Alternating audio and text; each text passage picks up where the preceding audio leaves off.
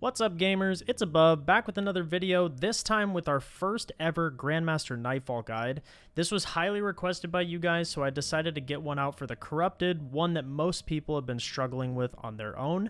That said, if you guys aren't able to find a fire team, I'm live 4 days a week over at twitch.tv/AboveTP. You can hop in the queue and get help with this type of Nightfall, Garden World, whatever you may need to finish off your Conqueror title. So swing on by and say hello. We have a wonderful community over there. Jumping right into loadouts, I find Bottom Tree Tether to be the most powerful subclass for this specific Nightfall. It keeps you and your allies safe as you go through the really tightly compact areas, such as the elevator in this GM. I run Bottom Tree with Triple Jump, Gambler's Dodge, and Vortex Grenades. For those of you who aren't familiar with the subclass, Gambler's Dodge, when you dodge near an enemy, gives you your melee ability. Your melee ability in this case is a smoke that can invis you and your teammates.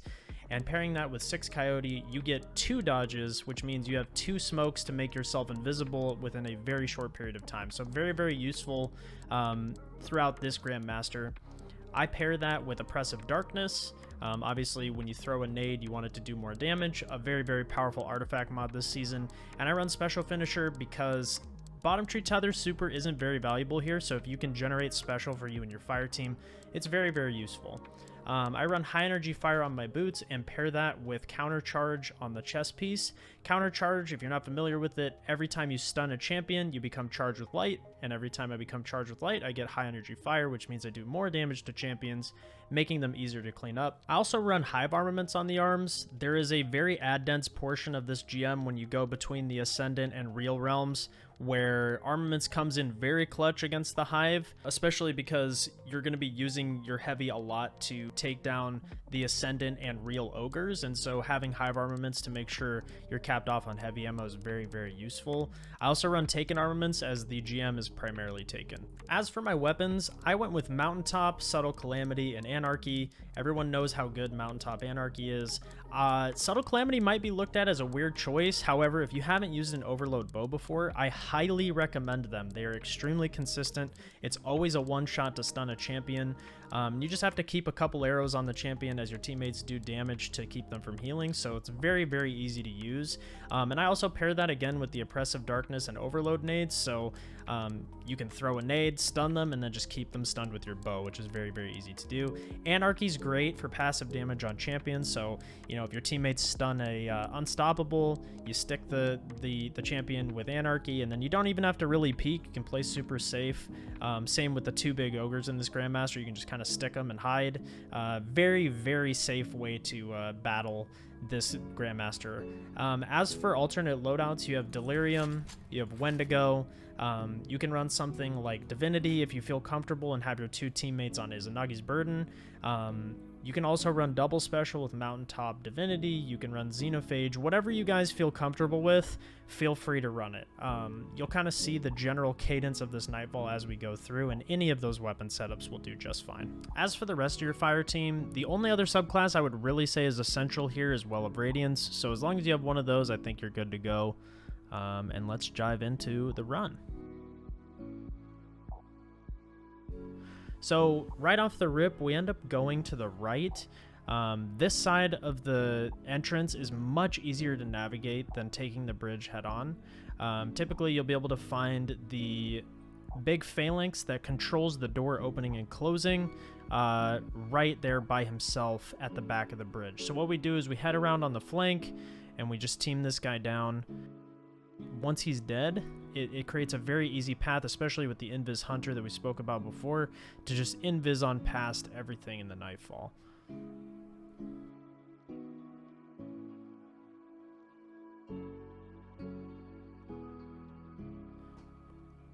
So as we jump down here, I'm going to hug this rock on the right side.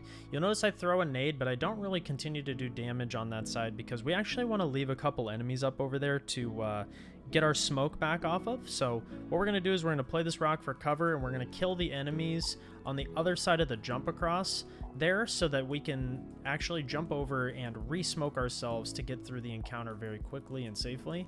So what I'm going to do here, I'm going to wait for my smoke to pop up. My teammates are going to get next to me. I smoke them. I'm going to tell them to wait by that crystal on the left there. I grab my smoke. They both are next to me. We re-smoke. I go and dodge near my enemy again thanks to the 6 coyote, and I re-smoke myself. We actually have another hunter on the fire team, so they just kept going here. But it's a very, very easy way to get through this encounter without having to kill every single ad and just save yourself some time.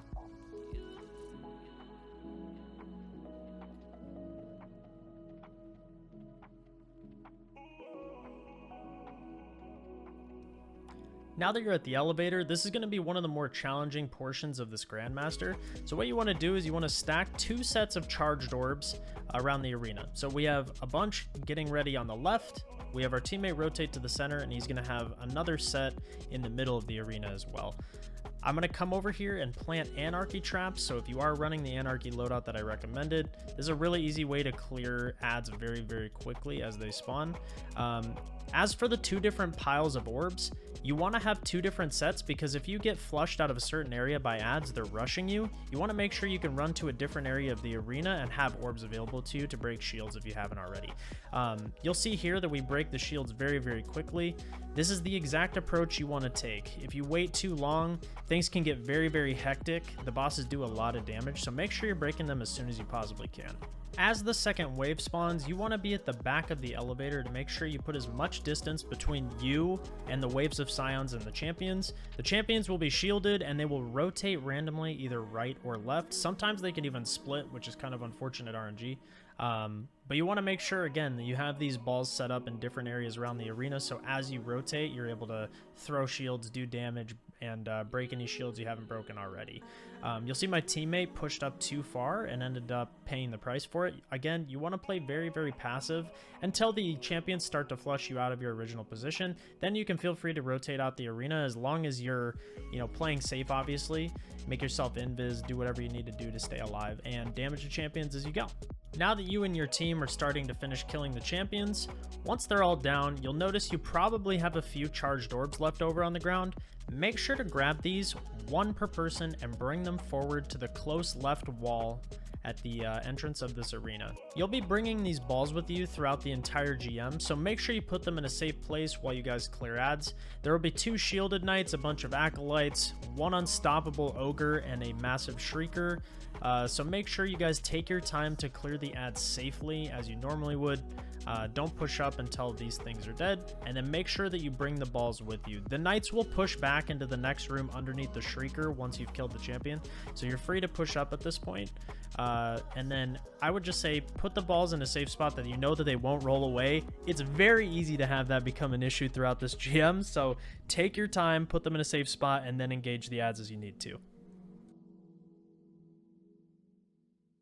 Once you have the knights down, you can push forward and actually place the balls in a really, really nice spot here on the left. There's a planter that has a little lip on it that I put right there.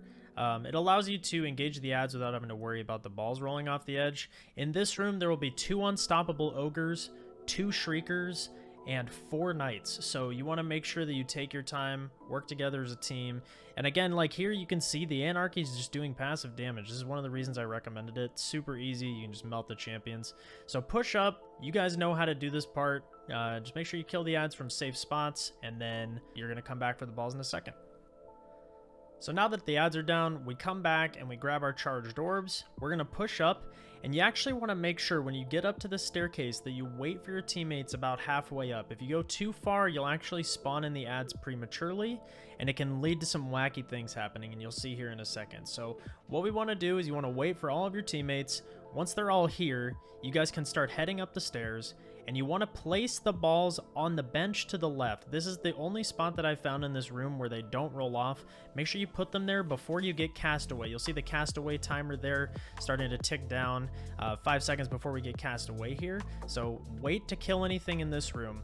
The main priority that you need to focus on is killing the Ascendant Ogre. Once the Ascendant Ogre dies, you will never come back to this realm. So whether it takes 1 or 2 phases of teleports to get him down, you want to make sure that is your #1 priority and that you play very, very safe, because if any of you die in this room, you will not be able to get their res once the ogre is killed. So you want to make sure the orbs are left in the real world. You do not want them in the Ascendant realm.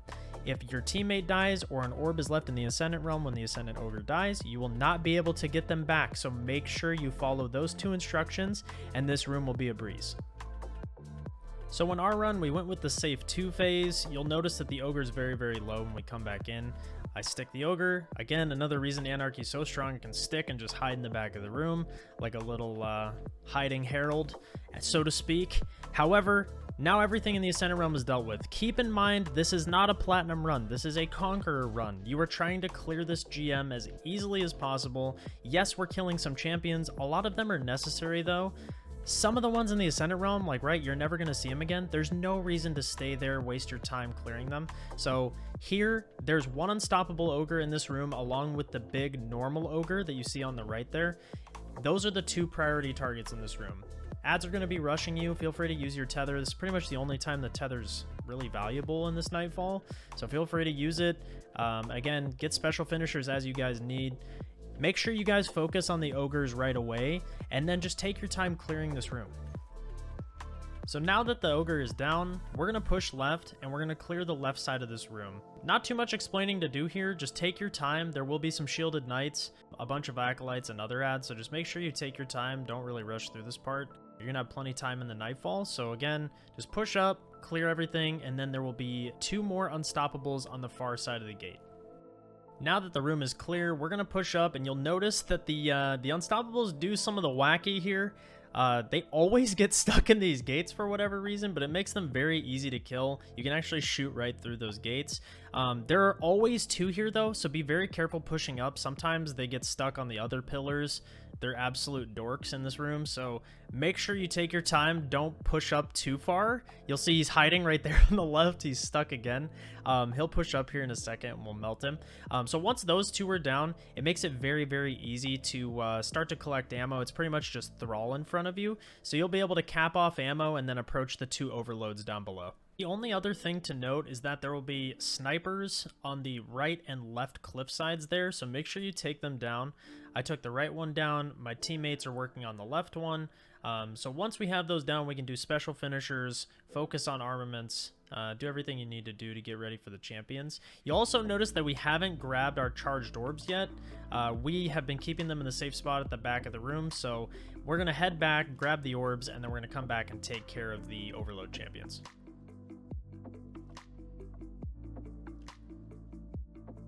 So here at the bottom of the stairs, there will be 2 unstoppable champions. You guys saw where I kind of stored my ball. Just put it in a safe place where it's not going to roll. You can kind of put it wherever. I like to put it a little ways back than my teammates did here, but you can kind of put it anywhere in the area that's safe, that's not going to roll away. So then we just deal with these 2 champions as they get stunned. That's 1 down. We wait for the unstop to actually work, and then we nuke the second champion. So both of the champions are down, both of the snipers are down. Now we're going to head over to the right side. This is where I like to hang out in this room. Very, very safe spot to approach both of the overload champions. So on the right side, I don't quite have my overload nade, so I'm going to pull out my bow, hit him with the bow, I stick him with Anarchy, and then I can just peek shot with my teammates. Very, very easy. You have a ton of cover here. That's 1 down. Now the other one's kind of hiding, so if that one's showing itself, you can try and kill it if you would like to. My teammate accidentally threw an orb, which is one of the reasons we bring 3. Accidents can happen. You can die. You can have an orb roll off an edge. You can, whatever it may be. There's a likelihood that you'll end up with 1 orb. So that's why we always bring a couple backups just in case. Have your most confident player be the one to play the hunter, I would say, if they're comfortable, and be the ball carrier on the jumping puzzles, because it will make a difference. People die on this jump down a lot because your field of view ends up being very, very limited on the drop down. So 2 of us have a ball right now, and I actually have Psycho later on enact what it would be like if you only had 1 ball in the boss room. Having 2 is very, very easy. But you'll see he drops down here. Both of my teammates do, and I wait up top for them to actually res. So the plate directly underneath me is the one that you're going to want to jump to. That's your goal. And then you want to jump off the front right that I'm shooting with the bow there. So if I were to land on the rock down below, this is the angle of the jump I would take off of the ledge, and I'll show you in just a second. So my teammate is going to make the leap, and basically he will make the jump, and I'm going to have him die later with the ball on purpose. But essentially, I stay up here just in case on this part, your second ball carrier dies. If they die, their res will be put up here and you won't actually be able to res them. So I always have my most confident jumper, which in this case is myself, wait up top and make sure everybody gets through the drop down. And once they've confirmed that they've reached the bottom, then I'll go ahead and make the leap myself. So very, very important piece of the Grandmaster here, because you can have a great run absolutely ruined by having a couple people die and then you can't res and you're trying to solo the rest of the way. It is possible, but it just definitely makes it a bunch more difficult than it really needs to be. So here, this is where the Void Bow also comes in. We haven't encountered too many Void Shields so far in the Nightfall. That said, every single platform here is just loaded with Void Shields, so I take my time to clear this out, throw my nade, do whatever I need to do. My teammates don't have Void on, it's just me, which you only really need one because it's the only section where Void's really prominent. It'll save you a lot of heartache carrying the ball down, having to try and deal with these guys while the ball's rolling off the edge, so I would try and clear as many ads as you can from a distance and then move up. So as you can see, my teammate's moving up, and he's going to simulate what it would be like if two of my teammates died on this final section. So he went down, and now, as we start to push up, the rocks are doing the wacky. I don't know what's going on here. But my teammate Psycho is going to push up and purposefully jump off the edge. So basically, that leaves just me, right? I'm the last ball carrier. And this will just simulate what it would be like if you only had one ball heading into the boss room. This makes it much easier and stress-free if you know how to handle a single ball setup. It's very easy with 2 to 3. However, this is kind of the worst case scenario, so I wanted to prep you guys with the Nightfall guide that would get you through the worst of the worst. Your two teammates fall on the drop down. They they blame the game for jumping puzzles being too difficult, so here we are. And now we're going to add clear this section. This is actually really important. So there's 2 Invis Minotaurs. It's very easy to get wiped. You want to clear this room from up top. So there's an Invis Minotaur on the right and the left. You want to make sure that you're clearing this out before you go down. There's also a big yellow bar boss Minotaur in the back. So you want to try and make sure to clear him out as well. Anarchy can not be the kindest thing to use at this distance. However, it shouldn't be too bad clearing this out. I also like to fire mountaintop behind these pillars on the right and the left. Thrall tend to sit behind these and just chill. So I like to clear that out before I go down and bait the drop down. So as you can see here, pretty much every single pillar has something hiding behind it. So we kill the second Minotaur. Both the left, right, and back Minotaurs are down. I tell them to stay up here with the ball while I come down here and bait and just clear anything out. We get this guy finishable. I get a finisher to make sure we have enough to melt the boss, and then they get an armaments. Psycho brings the ball down for me, and we're ready to move towards the boss room. So you're going to head to the right side of this platform. And one thing is Psycho kind of went right away because he's experienced here. Wait for the platform to rotate to a little bit kinder of an angle. It'll flatten out, so when you jump down, it's not as stressful. You can wait for that platform to just be completely flat. And then the most important thing is you cannot push past this platform here. You want to have one person towards the front of the plate. He hands the ball to me, and this is why we bring it from the elevator. All that trouble of keeping the ball with us the entire GM. We are able to break her shield before we actually trigger the boss room, so you do not want to go past this point. If you jump over, it will start the boss encounter and it will act as normal. So what we're doing is we're able to actually break her shield prematurely because we have a charged orb, but it's registering it in the game that we're not actually in the boss room yet. So what happens is we're able to chunk her health down to 1 HP. The most important thing here is you don't want to over damage. You want to make sure that you leave her at 1 HP. Don't get greedy with the damage. Get her really low to the point where you know you could finish her off once you jump across. So in this case, with one ball, I'm going to jump over to the left and line myself up with the platform that has the charged orb. My teammates at the same time are going to jump across to the platform that was in front of us previously. I grab this charged orb. I jump across, and then I throw it at her. She will always teleport back right. And that's it. That's the Corrupted Grandmaster in a nutshell. Quick and easy, a bit of a boss cheese, but hey, we do what we gotta do for our titles, man.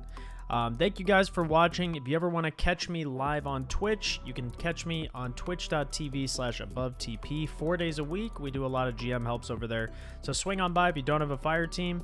Make sure you guys like the video and subscribe if you enjoyed the content. We'll be sure to do more videos like this in the future. Thank you guys for watching. Stay safe out there, and I'll catch you in the next video. Peace.